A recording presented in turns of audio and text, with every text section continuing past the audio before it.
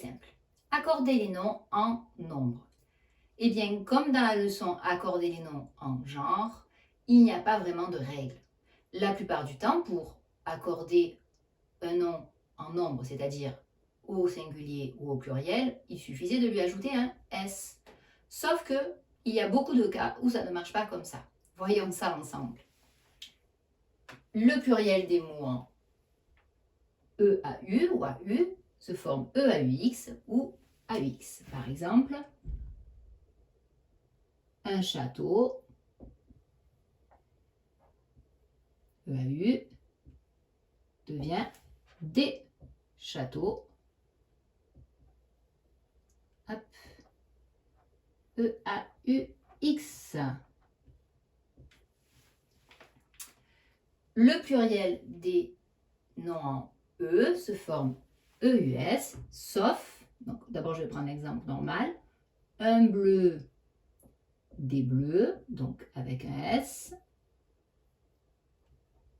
sauf par exemple pour je, qui lui va donner des jeux,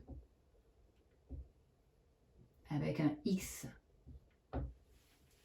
Encore une fois ici, c'est compliqué de savoir si on met un S ou on met un X. Il faut retenir que le X est une exception. Pour la plupart des noms en OU, pareil, on va mettre un S pour former le pluriel. Un clou, des clous, donc avec un S, donc forme simple du pluriel. Sauf pour ces 7 mots ici qui prendront un X au pluriel. Alors les voici: hibou, chou, genou, caillou, bijou, joujou et pou.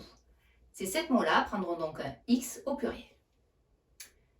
Pour les noms en AL, le pluriel se forme en O, AUX. Prenons un exemple. Un métal,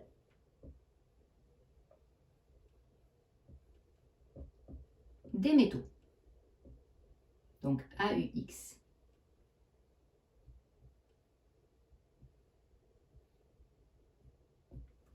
Sauf pour ces mots-ci: bal, carnaval, festival, chacal, régal, récital, qui au pluriel se termineront par un S tout simplement. Pour les noms qui se terminent par aille, comme le mot bétail, ils prennent leur pluriel en S. Un. Je vais prendre l'exemple de portail, ce sera plus simple que bétail. Parce que c'est pas très correct de dire un bétail. Un portail.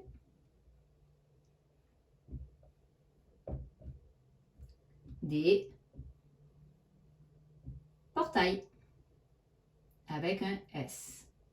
Mais ici encore, des exceptions.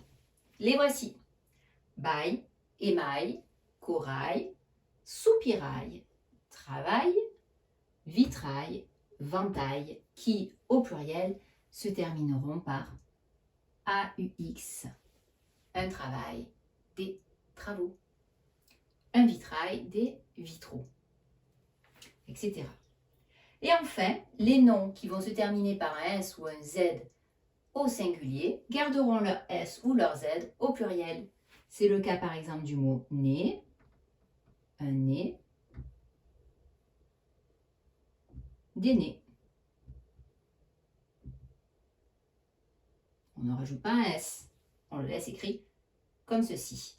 C'est aussi le cas de tapis qui prend un S au pluriel, mais qui prend un S aussi au singulier.